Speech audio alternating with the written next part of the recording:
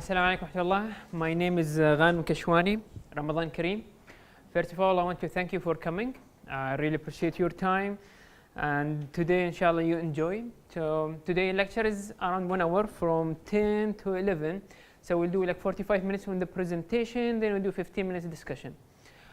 It is not an academic session. You can ask me anytime. You can interrupt me anytime.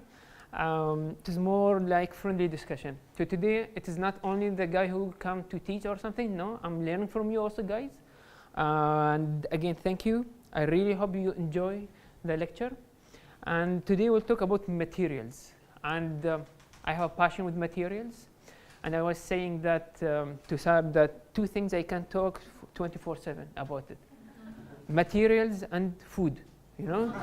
yeah, definitely. And if you go to my home, you can ask my wife. My favorite channel is Food Network. You know, this is what I see. You know, all I see is Spacetoon with my daughter. That's all. So, material from the future. The word materials. What would come? Our thinking about materials. First of all, anybody heard about the Amber Lab in New York University? Okay. So Matt, he's my senior colleague from NYU.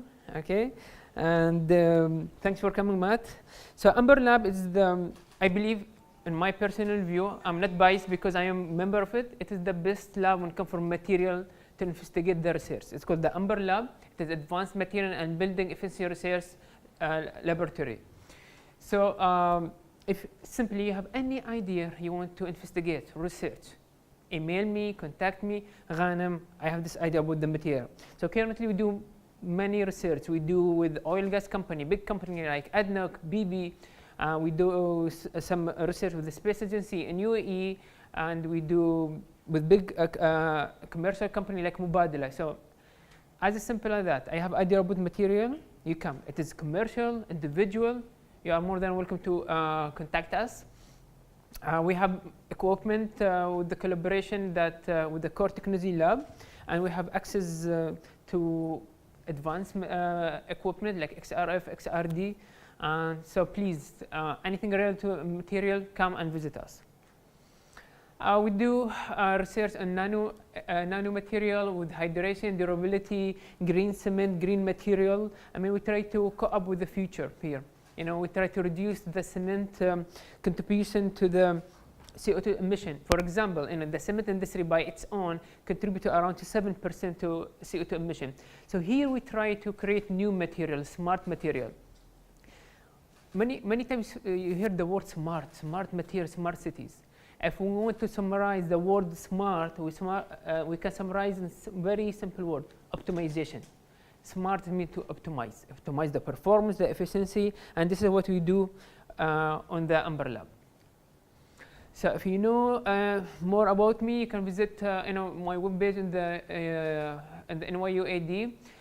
My name is Ghanim Kashwani. I did my bachelor and master from American University of Sharjah in civil engineering. Then I did my PhD. I graduated from Heriot-Watt in Edinburgh, PhD in civil engineering. I'm a chartered civil engineer, and I try during my life to balance between academia and professional, because I believe there is a gap between academia and industry, and there is a need to fill this gap. So today, my mission to make you fall in love with material science and engineering. I hope so. This is my whole mission. This is my mission today. And you wonder why I have a passion in material, and it goes back really in the university. So my mentor, Professor Adel Tamimi, he's a professor of civil engineering in American University of Sharjah. When he was given the orientation day, when you go and they give you about the civil engineering. And believe it or not, I was not sure that I will go to civil engineering, because in the first year, you get a common studies. I have some people who are on my batch. Amina, Atif, thank you for coming.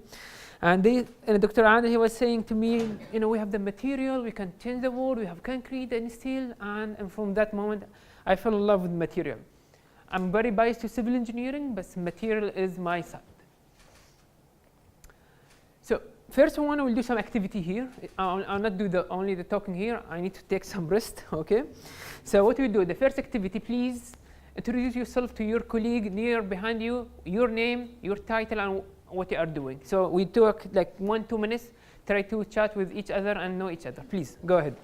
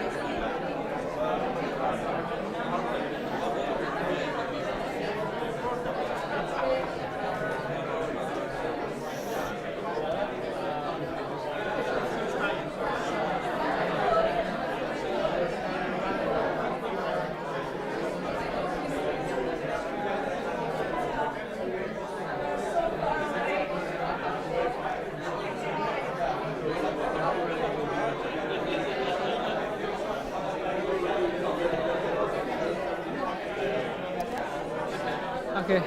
I hope now that is clear now. Yeah, I need the card. Yeah. Yeah.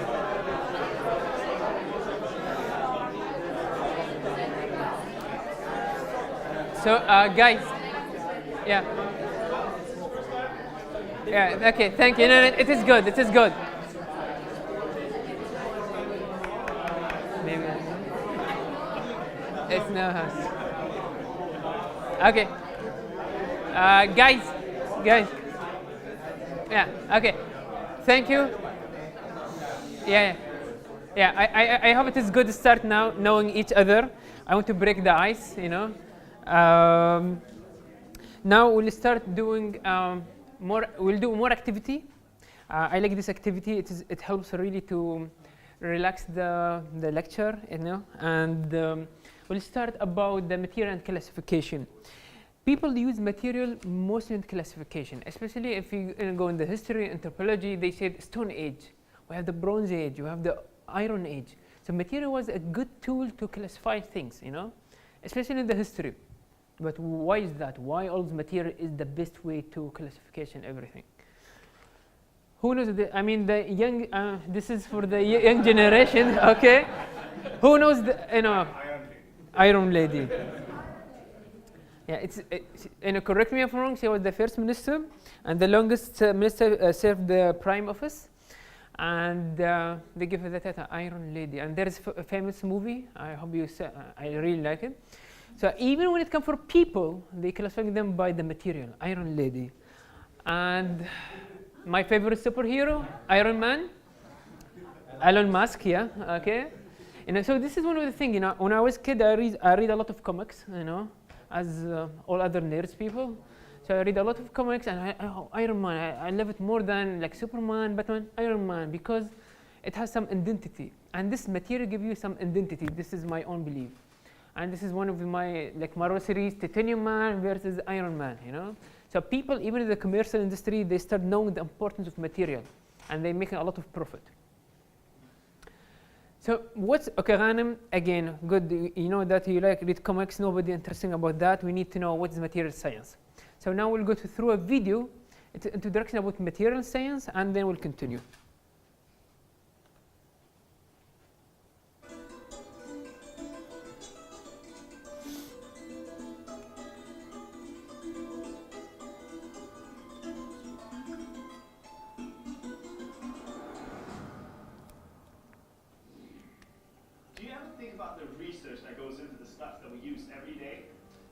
Everything we own contains a complex mix of materials that we have discovered, designed, and then developed.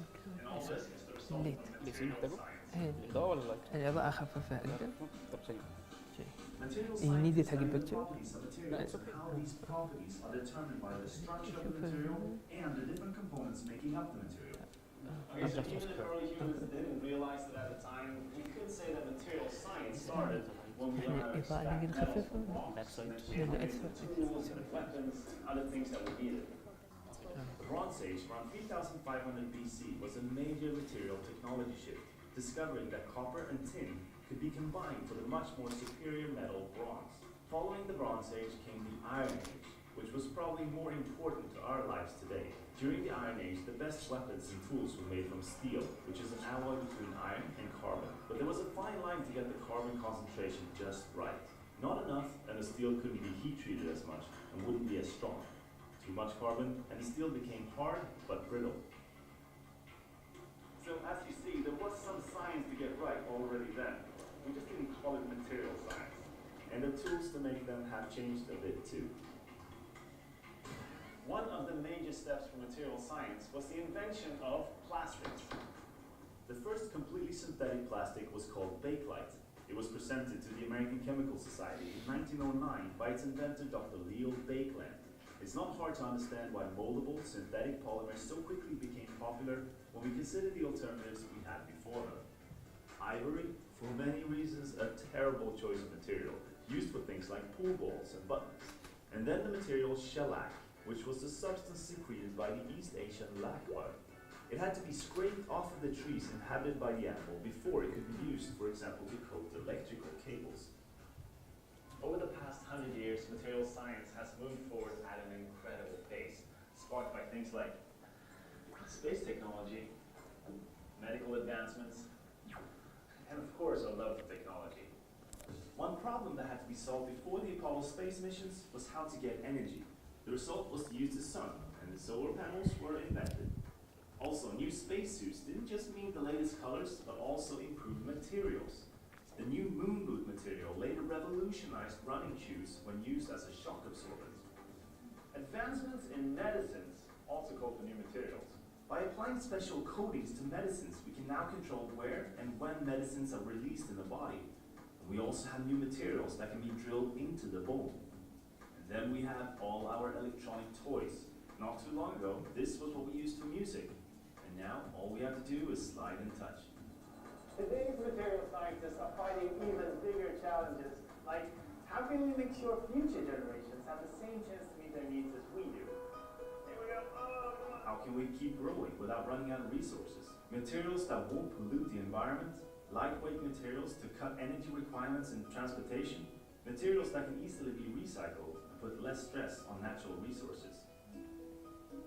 If you want more specific examples, check out the other videos that we have done on some of the major questions that material scientists here at Chalmers University of Technology are currently working on and trying to find the answer to. That's all for this time. See you soon. So I hope this video give you a better understanding about the material science. And as I said, as you can see there in the video, material are in medicine and engineering, and this is in space. For me, I like, it is my nature that I'm a researcher more than anything. I like to explore different things.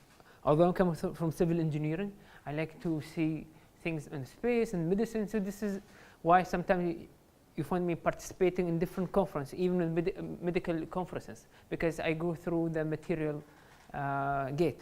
So this is the beauty of material. It is everywhere. And the advancement for the country is highly associated with their advancement on material and technology. So now the activity 2, I mean, just if anybody can answer this question, in your work, what's the most material are used, and what's the most of the material do you think they are clean or dirty or need to replace them? And what the future material you think this material will change? I mean, any idea? As I said, this is very interactive session. So as activity here, anybody can start. Sarah? Yeah, sure. Okay, Sarah? Paper. You want to replace paper? Yeah, you will see less of it. So Dubai government, they want to be paperless government. Please, somebody here? Yeah, please. Concrete. You want to replace concrete? Concrete is the second most used material after water. Do you know that? Yeah. Concrete. So we do that, but we try to reduce the cement with green cement, and we'll come for that. We'll cover it. Please. Composite materials. Yeah. You want to replace them, or you said it is the future? No, to develop them so they can be more recyclable and more natural materials like Bioconcrete. Plastic. Plastic, yeah. Plastic still is one of the main challenge here. And people from oil industry like Mr. Mahmoud, Engineer Mahmoud, he can talk about it. Now they try to use a new material that it can really dissolve easily when do for the recycling. And when it comes from bioconcrete, there is something called self-healing concrete. I don't know if somebody heard about it. And they use some bacteria. And currently we work with His Highness Officer Mohammed bin Rashid to create new bacteria in our Amber lab. And hopefully we have our result shows good news. But hopefully that we reach to a breakthrough here. So as you say, material even in your work, there is some material that you think we can replace it, and there is material you believe it is the future on it. Today we'll go to some material called nanomaterial. I mean, the word nano, once you heard the nano, what do you think? Smart? Tiny, okay. So today we'll talk about some material that have huge potential. And I always say, when it comes for material science and engineering, I have this golden rule. It is simple but not easy. This is, I believe, when it comes for material engineering and so on. So how we do the material science, I mean, the first thing, how I do the design. Designing the material is the most important aspect, and even in the project. Who work as a project manager on construction site here? So yeah, so Abdurrahman, he work in the construction side. So when it comes for design, it presents around 5% of the planning, and then the execution maybe the 95. But any mistake in the design phase, it will cost you a lot. So designing is the most important thing. Like what happened in Dubai in the New Year, you know, when the big fire happened in the hotel. Okay, one of the disadvantages of the design of the material, it is not was fireproof, the facading. So these things cost a lot in the future. So you need to pay attention, and this is why I advise any people to do this cycle before the material design. You check about the application, the design, the risk assessment. So you need to do individual risk assessment for your material. It's extremely important. Now, going to the history, you know, material play a major role. I mean, people, like this is the most material have been used. You can see, you know, people, they mention about the composite here. It started after the 90, but there is material is always expensive material, always it is in demand, like gold. People like gold. And funny things, you know, material like food materials like spices. You know, there's big wars happened before. People to try, you know, to occupy India only for spices, you know. So material, it does change the landscape. It does cause war sometimes. So this is the history about the material, and I believe now nanotechnology will take over after the 2012. This is my own belief. So let's give some, you know, today I'll try to cover some of the important material. We have metal, polymer, ceramic, and cementitious material. We'll go through it, but each of them we have to give them a classification, either from the functional side or the structure side. Okay, when it comes for material, what kind of aspect and focus in it? First of all, the durability, the stiffness, all these under the mechanical properties. And nowadays, it is not enough to focus on the mechanical. It is, you should see the life cycle of the material. Can I reuse it after it? So now, if it comes from material science, before I design the material, I need to think about the life cycle of the material after the usage of the material. One of the important things now is how to reach to the optimal performance. You know, as I said, smart. The definition of being smart city, smart material is optimization. I need to make sure that my material can give me the optimal performance. And how can I do that? Is by checking the chemical interaction in the beginning and doing the operation. There is always, I say the people, there is designing phase and the operation phase. For example, aluminium. Aluminium is very clean material in terms of installation. If you put it, it consumes a very little energy comparing with the steel. But the process of making aluminium consumes a lot of energy. So material, you need to understand the material from holistic approach, not only from the operation phase. Anybody can tell me what is that? Mm-hmm. There is a famous scientist who won a Nobel Prize by inventing the LED light. I mean, any idea? Did you read about it? And simply because he changed the type of the material. Now, you can save more than 60% of the light if you just change the semiconductor material that we have, the LED light. So you save a lot of energy just by changing the kind of material. And we'll show now more example, more application. Now, so at the beginning of the lecture, we know about why material, the introduction. Now we know the concept of material. Now we'll go through more application. Okay, as I said, still we are in the mechanical properties. My question, for the mechanical properties, why the commercial people, they are really interested in the mechanical properties more? I mean, as a scientist, if I need to support to the industry, I cannot talk with them only about the sustainability. We have to have common value here. And the common value, they need a profit. So this is, I need to focus on my mechanical properties. I go to them and they said, I know I have material is clean. I said, okay, then what? Ghanim, I need something more efficient. I say them, it is flexible. It will cost you less. On the long run, you save more energy. So this is why we need to sell the mechanical properties as much we can do.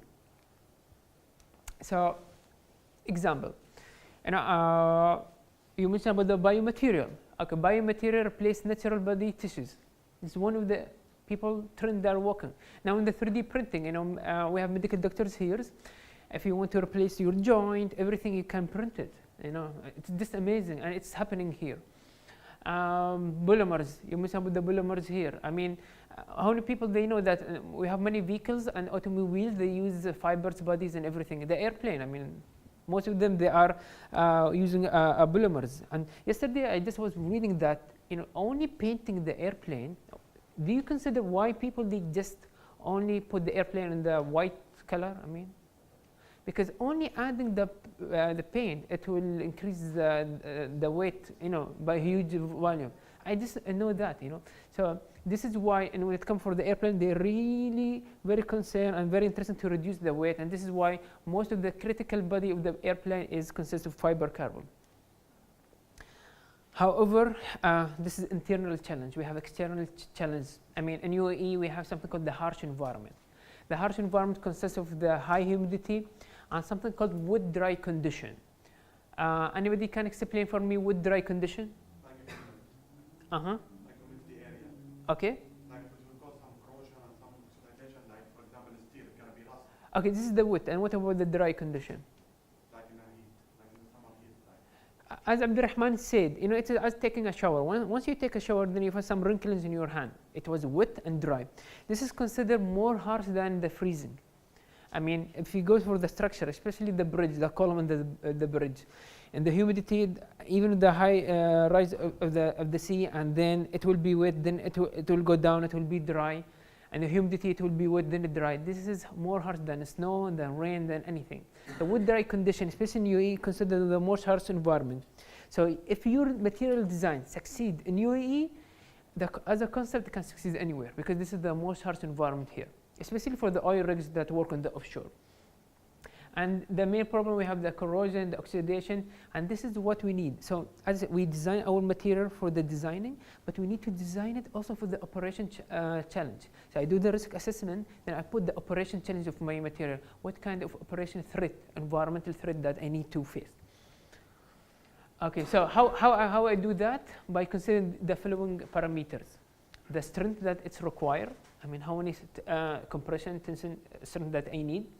The ductility, and if you work in the with the electricity or with the signals, you can use measure the conductivity, the density, the toughness. All these things you need to consider, and this is under the parameter that you have. So it is very important to you design. Structure people here, they can correct me if I'm wrong. Even in their design, they put something called environmental factor, okay, and they add.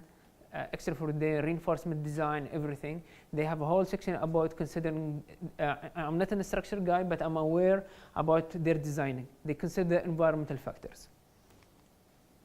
So as we said, we have structural materials and functional materials. We need to consider these two before our designing the material, before understanding material. To have a full understanding for your material, you need to see from all the aspects, from all the angles. It's good in the marketing to focus in one area, but you need to see it all. From, as I said, it's a life cycle of the material. So now going to the nanotechnology, can it save money? Ghanim, I have an infrastructure, we like the idea, but again, as a commercial perspective. Why? Because nanomaterial in the beginning, it costs. It will save money for me? Yes, it's and they said only the retrofitting, if you are familiar with the retrofitting and maintenance, it costs around 60 billion. This is number we get it from the American Society of Civil Engineers. The $60 million only of retrofitting. And even here, people who work in the municipality, they share with me numbers that only for retrofitting and maintenance. And for the maintenance, and there is, as you know, there is reactive maintenance and proactive. And what is the future for maintenance, guys? There is something new than proactive. It's called automated maintenance. You use something called the AI intelligence here, artificial intelligence, that once your infrastructure needs a material, by default it will let you know you need to do it. So automated maintenance, please Google it. It's the new trend for maintenance. It's very associated with the kind of material. If you don't have smart material, you can't reach to the automated maintenance, which consider the highest kind of maintenance, better than proactive and reactive. And even the periodic maintenance, automated maintenance is the future. And it's all about the nanotechnology. So what is nanomaterial? How we can do it? So now today we'll talk the most. I'll show you now another video about one of the most potential materials called graphene. Have you heard about the graphene? Yes. Yeah, good. Graphene in 2010, as I said in the video, Sir Adam, he won a Nobel Prize in it. Okay, and as I said, I usually believe, and even when I talk to my scholars when they here in UAE, I said, you know, guys, most of the Nobel Prize they won, it was simple but not easy. And I believe in UAE, as a community, we have the potential that we have the scholar they can right now, not after 100 years, that they can claim Nobel Prize. This is my own personal view. So let's see the area of graphene and the potential of it.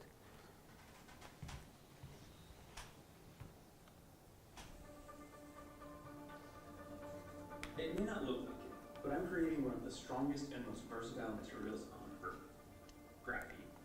You've probably heard buzz about it. Graphene made big waves back in 2004, and it's knocked around science news ever since. A global race for graphene. You know, it's not just limited to one little thing. Graphene could be the key to a lot of mind-blowing technology. But that was almost 15 years ago. Where are all of the graphene wonders that we were promised? The bulletproof armor, the graphene circuitry, the ultralight airplanes, the graphene medicine, a space elevator. So the next time man walks on the moon, maybe he'll take the elevator to get there.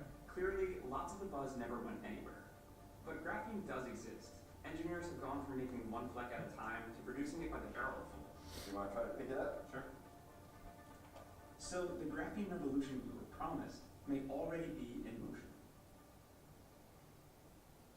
You can stretch and pull on it, and in fact, a good way to visualize it is that if you had a big enough sheet of pure graphene, you could hold up a soccer ball on just one atomic layer, and that's insane. Joseph Mimi is an analytical chemist who co-authored a book about the promise of graphene. He explained to us that graphene is just carbon, like coal or graphite or diamond. The difference is in how the carbon atoms are bonded together, and in the unique shape that the material takes. So it's just a single atom sheet. There's no Z dimension to speak of in graphene. And these atoms of carbon are arranged in interlocking or tessellated hexagons, kind of like a chicken wire. The bonds between the carbon atoms are actually extremely strong. Back in 2004, researchers in the UK discovered that they could produce graphene with some shockingly simple tools. A hunk of a particular type of graphite and some standard issue tape. Yeah, it was just a very large hunk that you could hold in your hand, and they took the tape and put it down onto the surface of the graphite and just lifted it off. From there, they used chemicals to dissolve away the tape, and they were left with tiny flakes of graphene with remarkable properties. It's impossibly light, yet incredibly strong. It's flexible, and it's a highly efficient conductor of electricity. The researchers won a Nobel Prize in 2010, and today in 2018, literally everything around us is built or enhanced with graphene. Okay, not quite. I think it's very easy for the media, for the press to seize on any new scientific or technological development as something that's going to be transformative. You know, scientists come up with these amazing new materials and then everything changes, and of course it never really happens that way. Philip Ball is a reporter who's written a bunch about the graphene hype machine, and I asked him to throw some cold water on the story. Hello. Hi, is this Philip Ball? It is, yes. Hi, how you doing? This is Corey calling from The Verge. Hi there, Corey. Of course, with any new technology, the reality is it generally takes years to develop, and it would be unreasonable to expect graphene to transform our lives overnight. The uphill battle for any new material is that it can't just be better than existing technology, it has to be much better. Philip says that's the issue with graphene replacing silicon in electronics. Certainly there are companies who are exploring its use as a conductive electronic material, and of course we already have such materials, and graphene has really got to have big advantages over what we have already if it's going to displace what is already a well-established, mature technology. But that's not to say that graphene hasn't gone anywhere in 15 years. We found some engineers who are making materials with graphene today. materials that could one day even end up in spaceships. The company is Vorbeck Materials, and their president, John Leto, showed me how far they've come with graphene mass production. And he gave us a free sample. Literally, it's like floating in the vial. And so if you open that up, you can take this is a bag of about 1.5 kilograms of graphene fits in a 30-gallon container. So it's very light, sort of very voluminous in its sort of raw state. Vorbeck is introducing its manufactured graphene powder to all sorts of industrial and consumer products, like RFID tags, clothing, and even rubber. So you take the graphene, you blend it into rubber, and in rubber they use sort of big blenders almost that beat the rubber around, mix the graphene into it. And what you get by mixing the graphene with the rubber is very high temperature capabilities and also very high strength. Thinking about an application for this, you talk about spaceships, right? Right. You're going through extremely high temperature to extremely cold temperature in outer space. You don't want rubber that would expand and contract and lose its strength over time. Exactly. This material won't do that. That's exactly right. And on the electronics front, Vorbeck has created graphene-based inks that can be printed in mass on standard printing presses. When printed on waterproof fabrics, they can be washed, heated, ironed, wrinkled, and twisted without damaging the circuits. This is extremely promising for the future of graphene-based wearable electronics, which John says we should be on the lookout for in 2019. What we really hope is that we can walk into a room 5 years from now, and most people in that room will have an article of clothing that has graphene wearable electronics in it. So there are big things happening with graphene. We just have to be patient, and we can't believe everything we read about it. And for what it's worth, we've been here before. It's a sort of long-standing notion of a wonder material. I think it does go back to the dawn of the plastic age in the 1920s and 1930s. You saw the same kinds of promises made for them, that they were going to be these, one materials that would do everything. I just want to say one word to you. Just one word. Yes, sir. I'm listening. Yes, sir. Plastics. Plastics, they clearly had a huge impact, and they do all kinds of useful things, but they have their limitations too. I guess it was really a sort of reference to this sort of long-standing idea that of wonder materials that were, going to solve every problem. Graphene might not be a wonder material any more than plastic is, but the way John sees it, if graphene works well on its own merits, the hype won't matter at all. We really don't want our customers to care whether it's graphene or not. What we want them to know is that this device that you're using works better for longer than anything else you can get.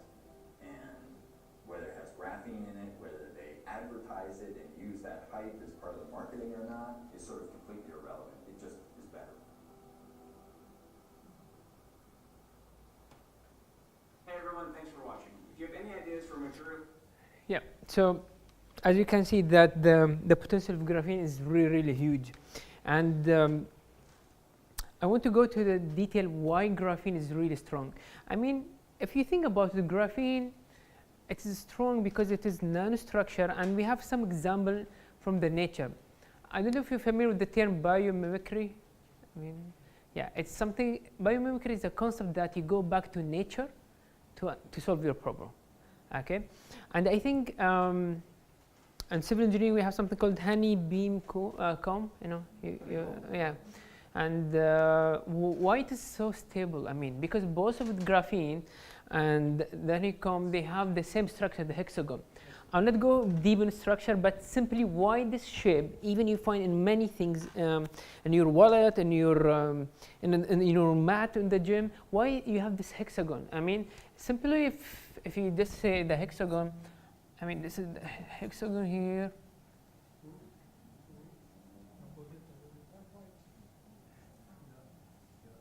Okay.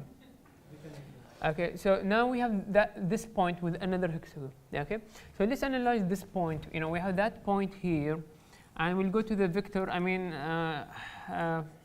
Axis, and if this vector, summation of fx here and summation of Fy. I don't want to go to statics 101 here, but as simple as this point here, if you just analyze it, it's from the x-axis, y-axis, y-axis, and the x-axis. So these two, it will cancel that one, and this one will cancel one. So you have very stable. 0 is our favorite number in structural engineering. I mean, if people, they can 0. Once we see 0, we are happy. You know, as simple as this. It's not like in the finance guys, when they see 0, they are upset. No, in civil engineering, we see 0, we're really happy. And I mean, this is the very, very basic. It's more deep than that. I mean, if we go to the equation, we can go that after the lecture. I'm more than happy. It is also about the angular, about everything. The structure shape of graphene is very, if you compare graphene with the honeycomb, it's very similar. And believe it or not, this simple idea won the Nobel Prize in 2010. As I said, material is the gate for simple ideas that can make great impact. Again, more question, more theory about why it is so stable and rigid for graphene. And you know, Dr. Sabih, he can talk to you, my mentor, about the role of graphene in advanced technology like Hyperloop. Dr. Sabih worked in Hyperloop, and he can elaborate later with you guys. Now, did you hear about the chip that you put under your skin? It will be from graphene. I mean, now I think in Sweden and Finland, they start doing that. You put all your ID, everything under your skin. So you don't need to carry anything. Even in the future, you know, and these nanotube all from graphene. So as you can see, guys, we're jumping from structure to graphene to transportation to medical, and all that by material. So going to my area, cement area, how we can contribute. You said about the cement. We need to replace concrete. We can do that. And we are doing that, but we need to do it in a way to be a commercial. The idea is there. I mean, the idea, we have an idea called mineral carbonation, in Arabic, التكربن المعدني. Mineral carbonation is to replace the regular cement. So instead of cement industry emit CO2, we are absorbing CO2. So it's part of reverse engineering. And how we do that? This is kind of material that we needed. It is it's called smart material, green material. And soon, around in 1 month, National Geography, they came and they showed some segment about this material. It will be available, inshallah, and the topic it was about the cementitious material. So material like silk flume, fly ash, if we do it and we do the design in the right way, we can capture CO2, and the CO2, it will be the factor that enhances the durability and the performance of material. So instead emitting CO2, I'm absorbing and have better, cheaper concrete.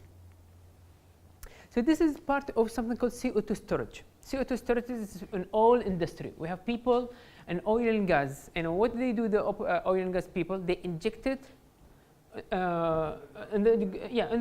the ground. But however, this idea is, there is some resistance from the public. You know, they don't like it. We have people also from work in the biology. They injected with their bacteria. So there is many methods to do that.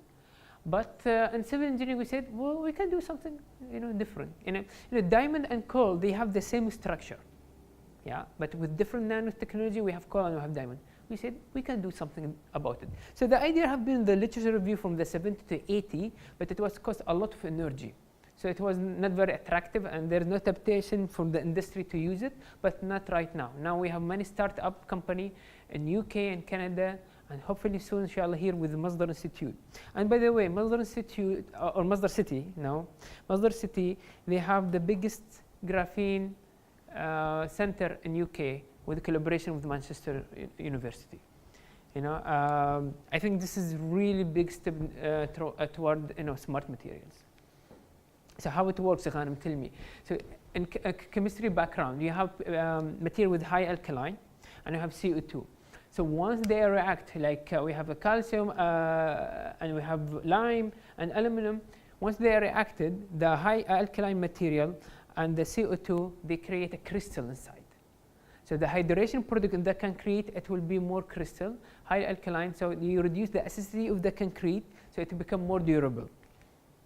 This picture, I took it from my sample in the lab. This is called the hydration product. If you go on the scanner electrometers, and you take a scan for your concrete sample, you can find these things like noodles. It's called hydration products. It's very normal. Once they are subjected to carbonation of a process, you get this crystal, and you have more strength. So these things expand to crystal, and it gives. The more engineering shape you have in your nanostructure, the more strength you have, as we explained, because engineering shape gives you the strength. And before, the struggle was that we need to use 100% of CO2 concentration to get. Now, only I can use 5% to 10% to get the same. So the percentage of CO2 is not an important element in the equation. No, it is about the kind of the material and the environment in the experiment. Now we'll go to the last section of the lecture. It is about the space. I have passion about the space and how people, civil engineers and people on material can contribute to that. So this is the paper that I recommend highly to read about the lunar concrete and Martian concrete. How many people heard about the Martian concrete or lunar concrete? Any idea about UAE vision on the space? How? Okay, we'll go to Mars for what? Okay, we land on Mars, then what? Okay. Yeah. What did you say? Okay, exactly. We need to study, and and to do that, what we need? We need to build material. We need exactly, and we need material, and we need data and information to collect. So I think my colleague Umran, he gave the lecture here in Ramadan series, and he talked about it. And most important thing to build a settlement. I cannot have, I can't collect any information that if I don't have a settlement on Mars. And this is where civil engineers come. We need to build them to do a design for concrete. It's called Martian concrete and lunar concrete. The number one challenge of that, I need to do a concrete without water, because water and space, it's a hard equation. We cannot put water in the space, it will expand. So how we do it, about 3D printing. And do you hear about 3D printing? They use lots of resins and things as well. Yeah, is it right? And one information I want to share, you mentioned about the polymers. One of the ideas, they said they need to put polymers in the space to use it, to utilize it, but they discovered the huge material of polymers, they cannot put it in the shuttle, in the space. So this is one of the main challenges. So now they need more smart materials, they need robotic technology to help us to build. So how we can do that? And this is all part of the Industrial Revolution, the fourth Industrial Revolution. I think all of you know what the main aspect of the Industry 4.0. As you can see, big data and 3D printing. I want to focus on these two. So as material guy, I think these 2 points where I can contribute for the space mission in UAE. So how we can do that? So and the 3D printing, what the most expensive equipment or expensive part in 3D printing? Materials. Yeah. Material. It's more expensive than the robotic arms and everything. 3D, because if it doesn't mix, it's really hard. So you were going to say the head. Yes. Yeah. And what kind of material we need in this space? Give me your wild guess. What kind of material we need to use it? So water, we need to eliminate water. Composite, but we need huge quantity. Composite, it works, but we have a transportation issue. The material that you find on the surface. Okay. Carbon-based materials? Rule number one, if you need to build anything, you need to find the surrounding materials. Engineer Kamyar, he can tell us in the retrofitting, when I was, it was my pleasure working under his supervision, and he was telling me, Ghanim, when you do any restoration work, you need to do to identify the material surrounding the area, even Mars. This rule is applied. And now we'll go through this video about the role of 3D printing and material in space from NASA, and it will be our last video in the lecture. The stories that I hear from people that were alive during Apollo, something happened with them when they watched people walking on the moon. It was this understanding that anything's possible. Those people ended up going on thinking that for sure people are going to go to Mars, and by the time the year 2000 comes around, we're sending people to Alpha Centauri.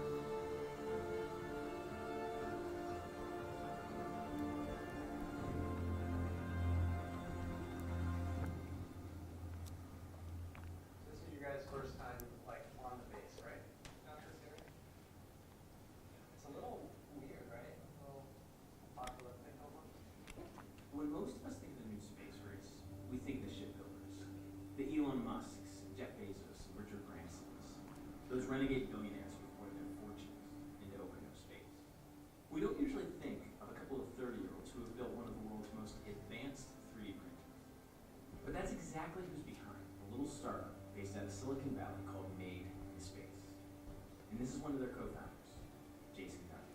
I went to college because I wanted to be called a rocket scientist. I started to work as an intern at NASA, and for that summer, Space Shuttle Discovery is in the high bay getting maintenance and ready for its next flight. And I was like falling in love with it. And then that summer, Charlie Bolden, the administrator, came to Kennedy Space Center and he talked to all the staff of the Space Center how very soon the space shuttle was going to be retired. And here I am as an intern who's thinking that I'm going to go work on the space shuttle that I just learned all about, and then it's gone. I had to start searching for, where do I provide my impact? Where do I keep the course of humans living in space on track? We were asking that question, why aren't people living on the moon right now? Why don't we have a base on Mars? While we could have gone and looked at all the different ways to make a rocket better, we said, what if instead of making better rockets, we looked at a way to not need rockets? To state the obvious, going to space is really expensive. Right now, it costs around $10,000 per pound to launch a payload into outer space. There currently are a treasure trove worth of spare parts on the International Space Station. They have backups and then backups for backups. Lots of weight, lots of space, over $1 billion worth of parts, most of which will never be used. They're there just in case. You can't do that going to Mars. It's not cost effective. You can't afford that. And here's where we come to the breakthrough idea. What if we could make all those spare parts and tools in outer space? Enter the 3D printer.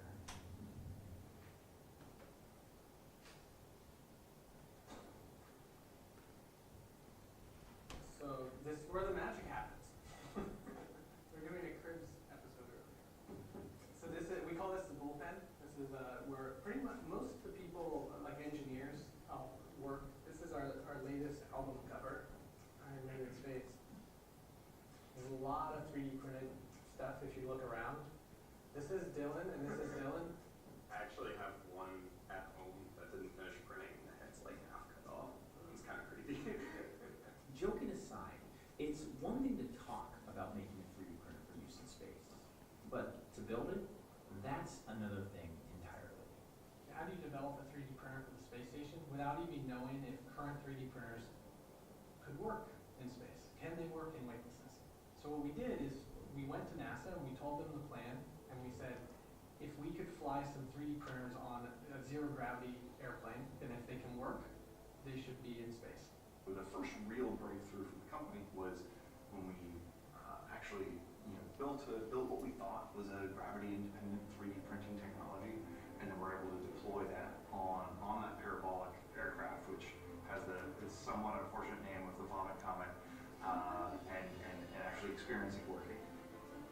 Yeah, 2011 was the first parabolic flights, and when I first saw the results of our work, I was really happy because we built something that not only functioned but now functioned in the environment we wanted it to function. And a lot of people always say, oh, I'm working on this, or we've been working on this since 2000 and X.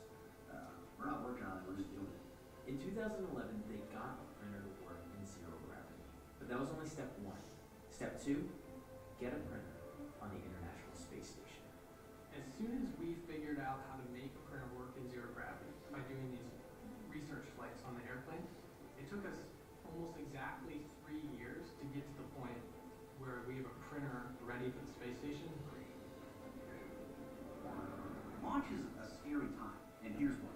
I had nothing to do with that rocket. I don't know if somebody had a bad day at work and decided not to do their job and threw a wrench somewhere it shouldn't be. That's the only part of the mission that we didn't have anything to do with. It was so tense leading up to that first time the printer turned on.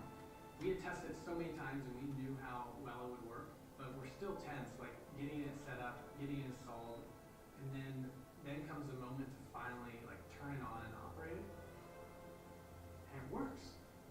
That moment marked the first time in the history of humanity that mankind had manufactured anything off the face of planet Earth.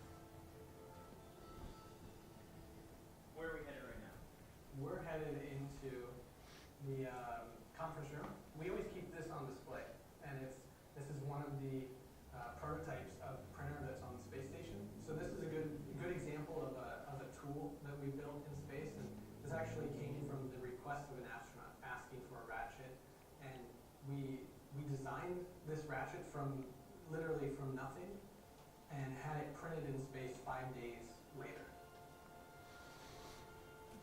The ability to manufacture objects, off the face of the planet, to do manufacturing in space rather than having to rely on everything to be shipped up in a predefined shape is a fundamental shift in how we do things in space, and it really enables us to go, that much further. So the big question is, what's next for Made in Space? Well, in March of 2016, they sent a new printer to the space station, but they've got much, much bigger plans than that.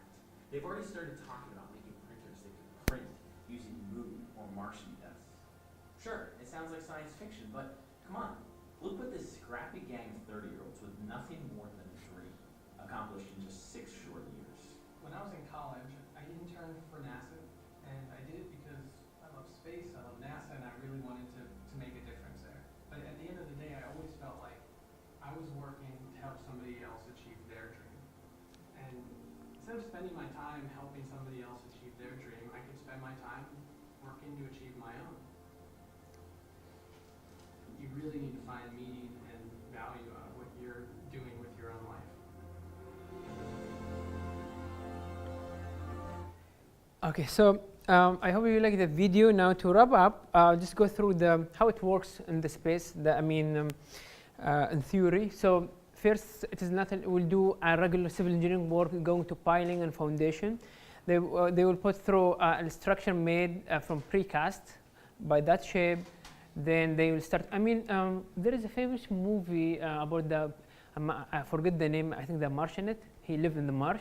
Yeah. So when he did the design, the home that he living, actually this is the prototype, and the NASA they are working on it. So it will be different layers that you work on it. So that the extreme weather on Mars, it can take the extreme weather, the extreme high rise temperature and the low temperature. This is the robotic arm. It will print the foundation first, then we'll go to the layers. And as you know, this building, the first building in the world 3 printed. You know that, yeah. Okay. And this is the lunar concrete, and this is how we hope it works. This is from the Future Museum in NASA, and they say this is a 3D print. Inshallah, I'm sure that in UAE will be, inshallah, the first country to build settlement on Mars, and we celebrate putting the first structure of the Mars settlement in our coming museum, Future Foundation. I truly believe in that. So to wrap up everything, today we start with introduction about the materials, the application, different application, and how material is important in the future. And in the end, I want to say something that to continue in material science, to advance, we need to invest. In Arabic we said, للاستمرار تحتاج استثمار. To continue, you need to take a risk. Look, people, they really take a risk. They failed once and times.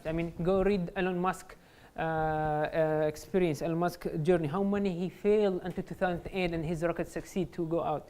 You need to fail, but fail forward. Don't fail backward. This might you will fail. Yeah. So this is my email. This is my number. I'm very active through WhatsApp. You can WhatsApp me, email me, and this is my business card here. I'm more than happy to receive any question in the Majlis, anything. And thank you for everybody. I know people come from Sharjah, from Ajman, from Abu Dhabi. I'm very humble for that. Thank you. And thanks for everything. Thank you.